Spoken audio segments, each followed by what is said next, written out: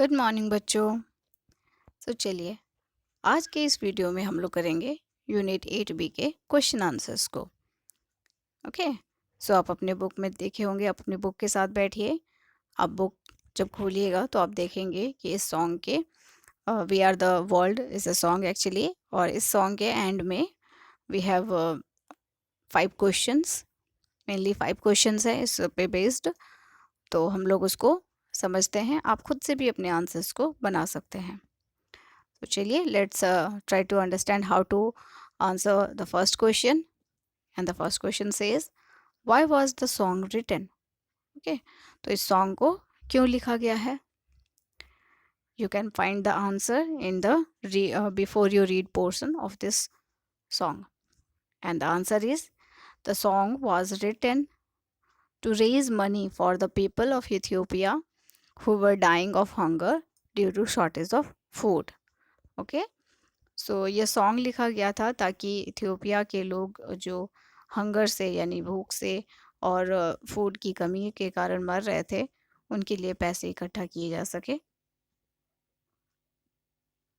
यानी सॉन्ग को लिखा गया, फिर उसको परफॉर्म किया गया, और उस परफॉर्मेंस को, उस प्रोग्राम को जितने लोग देखे, उनसे जो पैसे इकट्ठा हुए, उनसे उन सारे पैसों से इथियोपिया के लोगों की मदद की जाए, इसके लिए ये सॉन्ग लिखा गया था। So coming to the next question, and it says what is the greatest gift of all for the dying people. ठीक है, जो लोग मर रहे थे उनके लिए सबसे बड़ा गिफ्ट क्या था? सो ट्राई टू अंडरस्टैंड बच्चों की why people were dying, why the people were dying.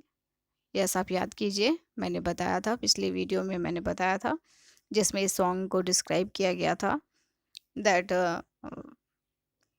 1983 से लेके 1985 तक इथियोपिया में बहुत भयानक अकाल आया था, और जिसमें कि बहुत सारे लाखों लोग मर रहे थे और वो भूख से मर रहे थे, हर एक मदद के लिए तरस रहे थे। तो ये जो लोग हैं उनके लिए सबसे बड़ा गिफ्ट क्या है? तो डाइंग पीपल के लिए क्या है? Answer is to lend a helping hand is the greatest gift of all for the dying people. So obviously अगर कोई आदमी मर रहा है, अगर भूख से मर रहा है या किसी भी चीज़ से मर रहा है, तो उनके लिए मदद का हाथ बढ़ाना ही उसके लिए सबसे बड़ा गिफ्ट होगा, isn't it? So मैंने यहाँ पे इसीलिए लिखा है that to lend a helping hand is the greatest gift of all for the dying people. Now coming to the third question, and it says what cannot we go pretending day by day. Okay, किस चीज़ का हम लोग दिखावा दिन ब दिन दिखावा नहीं कर सकते हैं? And the answer is we cannot go pretending day by day that someone will come soon to make changes and help the dying ones. So इस चीज़ का हम दिखावा नहीं कर सकते हैं कि कोई आएगा, एक ना एक दिन कोई आएगा और वो उन इंसानों की मदद करेगा, उन लोगों की मदद करेगा जो कि भूख से मर रहे हैं, इथियोपिया के लोग, उनकी कोई मदद करेगा। तो हम हर समय ये क्यों दिखावा करें कि कोई आएगा और कर लेगा, ठीक है, उनकी मदद और चेंजेस ले आएगा।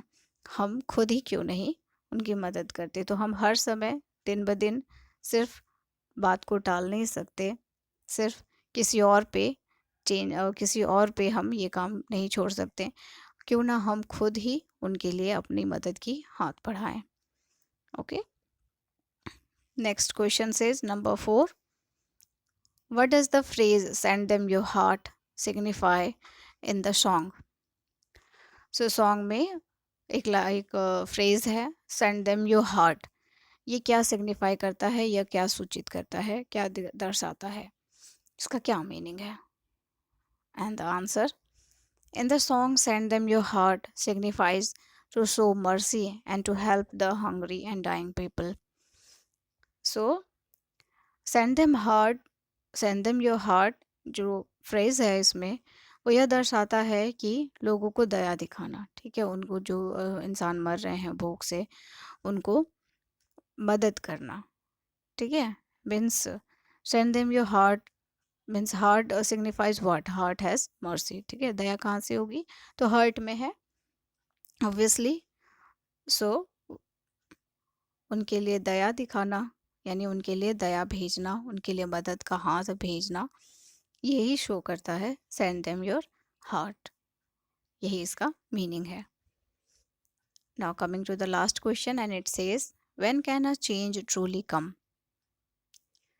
सो क्वेश्चन है कि कब सही मायने में सच में कब चेंजेस आ सकता है। तो कौन सा चेंज? हेयर चेंज जो है वो इथियोपिया के लोगों के कंडीशन के लिए बोला गया है। उनकी जो स्थिति है उसके लिए चेंज का यूज़ किया गया है कि चेंज किस में? तो इथियोपिया के लोगों के कंडीशन में। So answer is when we stand together as one a change can truly come. So it's very easy. Obviously हमने वीडियो में भी काफ़ी इसको एक्सप्लेन किया है, हमने समझा है इसको कि जब हम एक साथ खड़े होंगे, जब हम एक साथ मिल के इथियोपिया के लोगों के लिए मदद का हाथ बढ़ाएंगे, तभी सही मायने में चेंजेस आ सकता है। इतने सारे लोग, पूरे देश के लोग जो अकाल से ग्रसित हैं, उनको कोई एक व्यक्ति अगर मदद का हाथ बढ़ाएगा तो वो पॉसिबल नहीं कि कोई एक व्यक्ति मदद करे तो सबकी मदद हो जाएगी। हम सबको, यानी पूरे वर्ल्ड के लोगों को एक साथ मिल के उनके लिए मदद का हाथ बढ़ाना होगा, उनकी मदद करनी होगी, तभी सही मायने में चेंज आएगा, तभी उनकी हालात में सुधार होगा, तभी वो फील करेंगे कि हमारे लिए भी कोई है। उनका मेंटल कंडीशन, फिजिकल कंडीशन, हर तरह का कंडीशन उनका तभी सही मायने में चेंज हो सकता है और वो पॉजिटिविटी की ओर बढ़ सकते हैं। So this is all about this 5 questions.